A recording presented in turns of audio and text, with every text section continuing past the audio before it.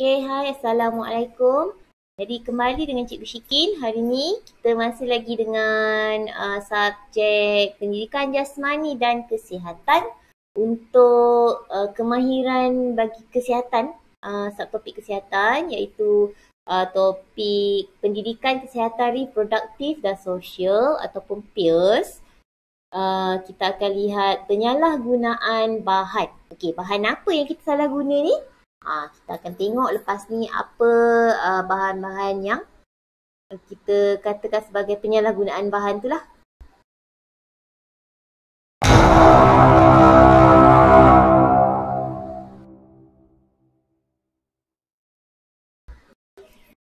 Okey, kita nak tahu risiko penyalahgunaan bahan. Jadi bahan apa sebenarnya ni?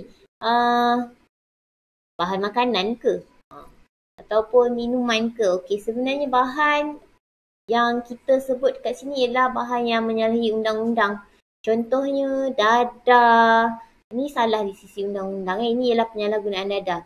Okey, kenapa ada jangan merokok? Sebab merokok ni boleh membahayakan kesihatan. Ini juga ialah boleh termasuk dalam penyalahgunaan bahan. Okey, dadah, rokok, arak, daun ketum, penggunaan ubat-ubatan yang berlebihan ataupun awak ambil ubat tapi tak tanya pada doktor. Itu ialah penyalahgunaan bahan.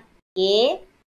Jadi kita nak tahu apa risiko yang awak akan dapat kalau awak guna bahan ni terlebih. Okey. Jadi penyalahgunaan bahan ni maksudnya kita guna secara berlebihan lah. Kalau kita guna biasa ataupun kurang tu tak ada masalah. Bila penyalahgunaan bahan ni bermakna sesuatu bahan tu kita ambil secara berlebihan. Okey. Okey, contoh tadi. Risiko-risiko tadi tu kan. Kalau penyalahgunaan bahan tadi cikgu dah cakap contoh macam kita ada dadah lah contoh. Ubat juga merupakan dadah. Tetapi jika kita ambil dalam kuantiti yang diberi oleh doktor, dia tak mendatangkan masalah. Yang menjadi masalah ialah bila awak ambil ubat tu berlebihan. Contoh ubat tidur. Patutnya boleh makan sehari sebiji je contoh sehari 1 biji sebagai contoh. Tapi awak makan sampai 5 biji. Tu dah bahayalah. Dah salah guna. Ataupun Panadol. Kita minum Coca-Cola letak Panadol. Tu tak boleh. Tu salah.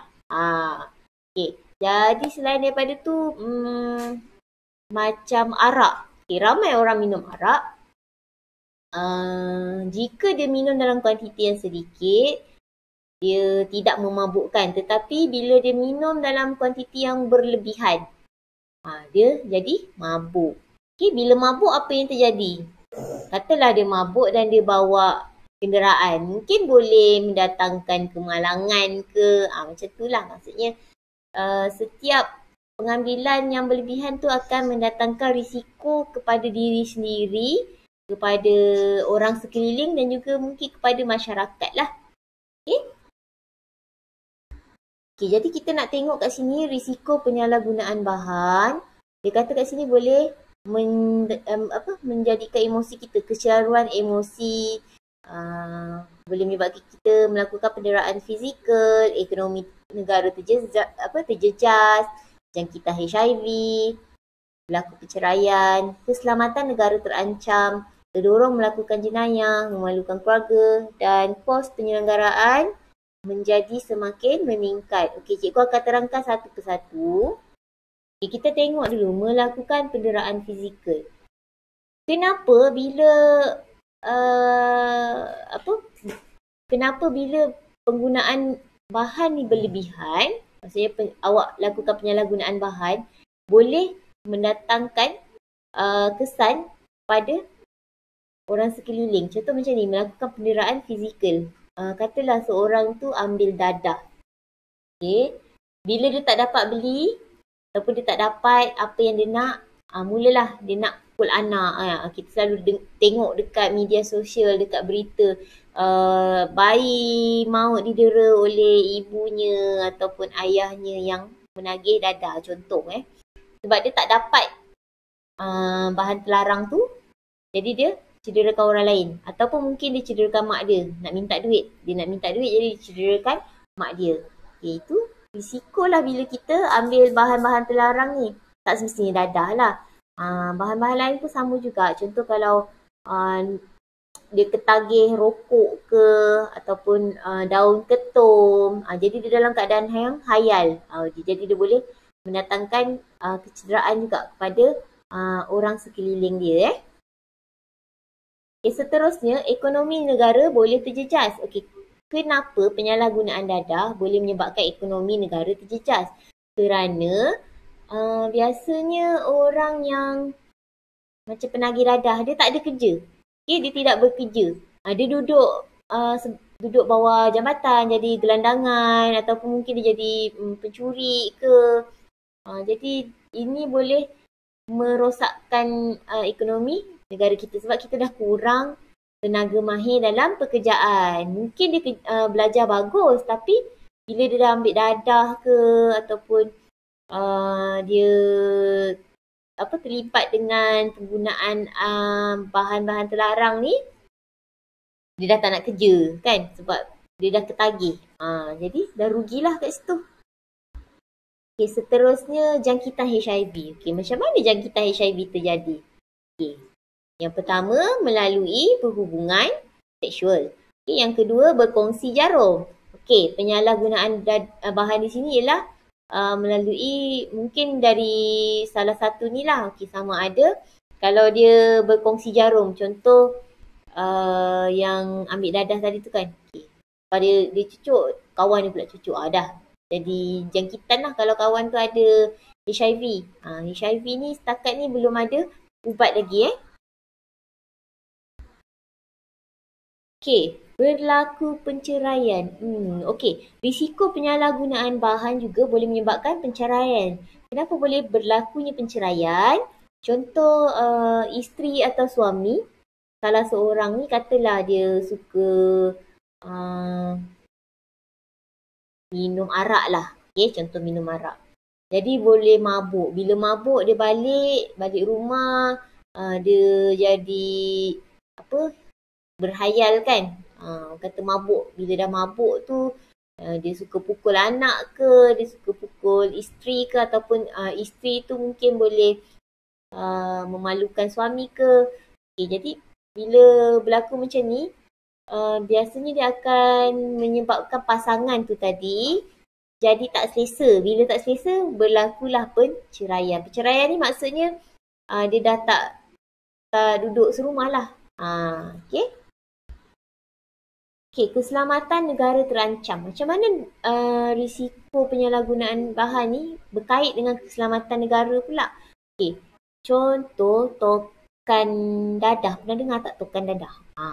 Kadang-kadang dekat dalam berita ada kan cerita dekat sempadan Kelantan, mungkin nak pergi ke Thailand tu, ada yang orang kata seruduk.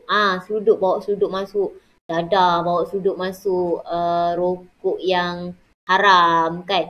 Itu boleh menyebabkan keselamatan negara kita terancam. Sebab kadang-kadang diorang bawa juga senjata yang berbahaya yang boleh mendatangkan kecederaan kepada anggota apa? Anggota badan. Memang anggota badan kan. Maksud cikgu kat sini anggota ialah contoh mungkin polis ke ataupun yang askar ke yang menjaga sempadan lah. Dan kalau berterusan, contoh kalau pengedaran dadah tu berlaku secara berleluasa, dia boleh pergi banyak tempat, banyak negeri ke ataupun mungkin pergi sampai ke negara luar. Itu juga boleh menyebabkan ancaman kepada keselamatan negara kita. Kemudian dia mendorong kita melakukan jenayah. Contoh tadi kata nak beli dadah tak ada duit. Nak beli arak ke nak beli rokok tak ada duit. Jadi cara mudah nak dapat duit, mencuri, merompak. Itu dah menjurus kepada jenayah. Jadi ini sangat tak bagus lah. Sebab kalau kita mencuri, merompak, Tu bukan harta kita kan. Okay, kenapa kita nak kena ambil harta orang pula? Okay, jadi elakkan daripada melakukan jenayah dan juga penyalahgunaan bahan tadi. Okay, seterusnya boleh memalukan keluarga. Okay, yang ini berlaku bila katalah awak isap dadah ke ataupun awak berkumpul ramai-ramai isap rokok ke, isap vape ke, isap shisha, apalah semua tu. Tiba-tiba awak kena tangkap. Polis datang tangkap kan. Polis datang tangkap. Jadi satu kawasan perumahan tu dah tahu. So ibu bapa kita akan malu. Ya, ataupun awak ditangkap masuk penjara pun samalah. Boleh memalukan keluarga. Okey, sama. Okay, jadi untuk minggu ni tu je sebenarnya cikgu nak terangkan berkaitan dengan risiko penyalahgunaan bahan tadi. Minggu depan kita akan sentuh lagi mengenai penyalahgunaan bahan ni dari segi macam mana cara kita nak atasi ataupun yang lebih lanjut lah berkaitan dengan penyalahgunaan bahan ni. So untuk tugasan minggu ini nanti kamu akan jawab soalan cikgu bagi. Okay. Harap semua bersedia untuk berjumpa pada minggu hadapan. Okay, sampai kita bertemu lagi. Assalamualaikum.